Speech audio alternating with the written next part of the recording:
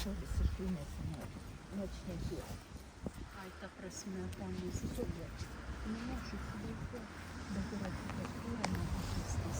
Va, trys išminčiai. Graži skulptūrinė kompozicija atidengta visai neseniai sukurta. Jau ne vienas iki minėto Akmenės menininko Antano Domaičio. Aišku, čia per to stalo gal ir daugiau žmonių stovėti, ir ne tik išminčiai, bet ir išmintas. Tarkime, Ona Šimaitė, bet jai galbūt atskirai bus kažkoks įamžinimas. Na, galbūt gali jos vardu ir biblioteka yra Akmenės pavadinti. Čia, sakyčiau, pakankamai simboliški tie trys vyrai, nes yra vienas katalikas, kitas laisvamanis, trečias pagonis. Jis vizuoja trijų skirtingų tikėjimų, trijų skirtingų konfesijų, visi susijęs su Akmenė, arba giliai iš Akmenės, arba gyvenę Akmenė. Tai čia pirmas yra katalikų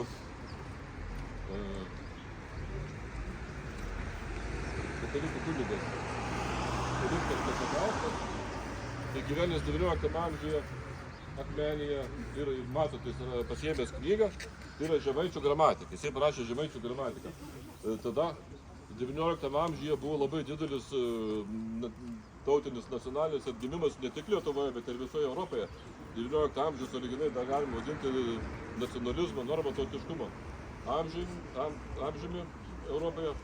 Ir tada tautos pradėjo susivokti esančios tautomis, moderniosios dabartinės tautos. Ir aišku, atsirado poreikis, kaip čia pasakyti,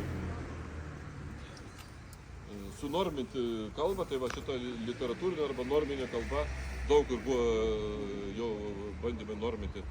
Ir galų gale Jablonskis tą Lietuvoje padarė, bet 19 amžiuje buvo keli tokie bandymai ir suvalkiečių tarmės pagrindų kurti bendrinę lietuvių kalbą ir žemaičių. Va, Karistas Kasakauskas, būtent šitas Akmenėje gyvenęs kunigas, jisai nusprendė, kad žemaičių tarmės pagrindų reikia kurti bendrinę kalbą. Ir jeigu tas, kaip sakoma, ta idėja būtų įgyvendinta, tai mes dabar kalbėtumėm ne suvalkiečių tarmės pagrindų, bet žemaičių, būtų literatūrinė kalba. Nu, bet Suvalkijoje daugiau matyt gyveno tų žmonių, kurie domėjosi gramatiką ir panašiai, tai pergalė šitas suvalkietiškas. Va, nu, toliau Liudvikas Jakavičius, Lietuvanis. Lietuvanis tai lietaus dievas. Pagal senąją mitologiją jau galima matyti pagal vandenį tekantį. Ir jisai buvo, kaip jau minėjau, laisvamanis.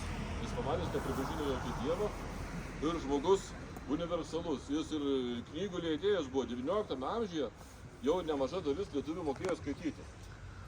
Tikrai buvo pakankamai raštinga tauta, bent jau palyginti su tomis tautomis, kuris rytus nuo mūsų gyvena. Ir čia buvo, aišku, ir vyskupo Valančiaus didelis nuopelnas, ir knygnešių, ir tų daraktorių mokyklėlių. Bet vienas, ko gero, pagrindinių žmonių, tai buvo būtent šitas Lietuvanis. Jisai išleido daugybę kalendorių, šventųjų knygelių, maldinėlių, visokių patarimų. Ten kaip auginti bulves, kaip auginti karves, arba ten knygelė buvo, kaip pasirinkti žmoną iš Panų milijono. Na ir panašiai, tokių buvo visokių patarimų knygelių labai daug. Tai jis, aišku, jis iš to ir sudirbo nemažai, bet to pačiu žmonėms davė, nešė šitą šviesą ir raštą, tiesiog tų žodžių prasme. Man tai, pavyzdžiui, asmeniškai tokie žmonės labai imponuoja, kurie sugeba ir verslą daryti, užsidirbti ir to pačiu ir kitiem gerą padaryti. Čia iš tikrųjų yra talentas, ne kiekvienas tai sugeba, reikia tą dalyką įvertinti. Jis ir pjesės rašė, ir pats režisavo, ir vaidino. Nu, aišku, labdarus įminėjo, jis daugiausiai Šiauliuose gyveno, bet kilęs iš Akmenės. Tai žmogus tikrai labai daug ko nuveikęs ir irgi tai yra asmenybė, apie kurią tikrai, na, ko gero, aišku, ir man pačiam asmeniškai ir kitiem, aš manau, verta tikrai žymiai daugiau kisnuoti. Nu, trečias jau pagonis sąlyginai. Tai yra Tomas Šidlauskas, tai yra Vinas Žuolis, Suomis jis tą vardą paėmė iš Vydūnų vienos pjesės. Jisai buvo įsteigęs tokią kaip lietuvišką religiją arba tikėjimą, taip galima skaityti. Tai aišku, šiek tiek pagonybės pagrindų, šiek tiek budizmo paimta ir ar kaip filosofijos kryptis sunku pasakyti. Jisai buvo šeimos taip ir nesukūrė. Ir visą gyvenimą daug kas jį laikė keistuoliu, baigęs finansų mokslus, vienu metu neatsiūlė jam finansų ministro postą, bet jis sakė, jam neįdomu tokie dalykai, tam kažkokiais ministrais būti, jisai, žodžiu, turėjo kitokius įsitikinimus. Va, ir tas visomybės, kaip čia pasakyti, idėja ar tikėjimas, gal netgi tikėjimas, tai įgavo tokį nemažą populiarumą tarpukario Lietuvoje. Jisai buvo nusipirkęs žemės Aukštaitijoje, tarp Aukštaitijos ežerų, tam pavadino Romuva tą žemę, tarp kelių ežerų, labai gražioje vietoje. Ir ten pastoviai vykdavo ypač vasaros stovyklų, suvažiuodavo po keli šimtų žmonių, įsivaizduojate, iš Kauno inteligentai, kitų miestų, miestelių, visokios paskaitos būdavo, užsiėmimai ir panašiai. Va, katalikai paminėti tai nelabai patiko, jie burbėdavo, bet jis apsimetė, kad nesupranta, ką jis sako, nekreipė dėmesio. Ir galų gale 44 metais, kuomet jau sovietai veržėsi į Lietuvą ir daug labai lietuvių traukėsi į vakarus, jisai taip pat traukėsi į vakarus, bet nepavyko. Nepavyko ir netoli nuo Akmenės, Pakempinio atrodo kaimas.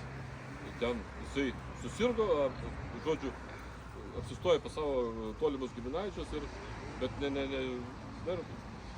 numirė dėja. Ir ten jis yra palaidotas ir galima prie jo kapą nuvažiuoti, pasižiūrėti.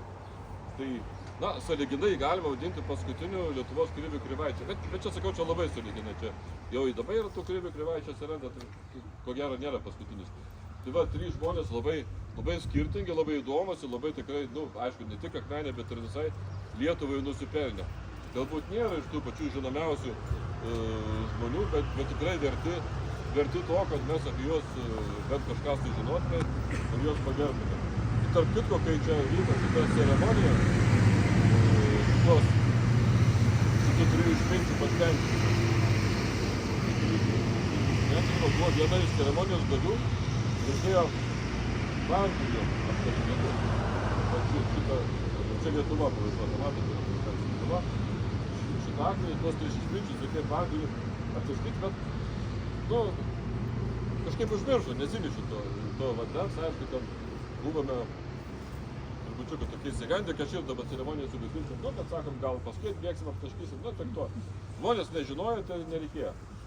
Antanas Adomaitis labai pergyveno, kad ta ceremonija neįvyko, bet tą dieną prasidėjo liūtis, tokios liūties aš nesimenu. Tai, sako, Lietuvanė šitas, kuris pasiėmė Lietuvos dievą, jisai kažkaip su juo labai susiję tokie dalykai yra. Kadangi užmiršom pašventinti, jis tokį lietą atsiuntė, kad maža nepasirodė. Tai vis tik tai buvo pašventintas ir šitie 3 išminčiai ir visa Akmenė. Vis tik tai įvyko tas dalykas. Gerai, dabar einame į aną pusę, bet einame pro čia, pro šalių. Einame per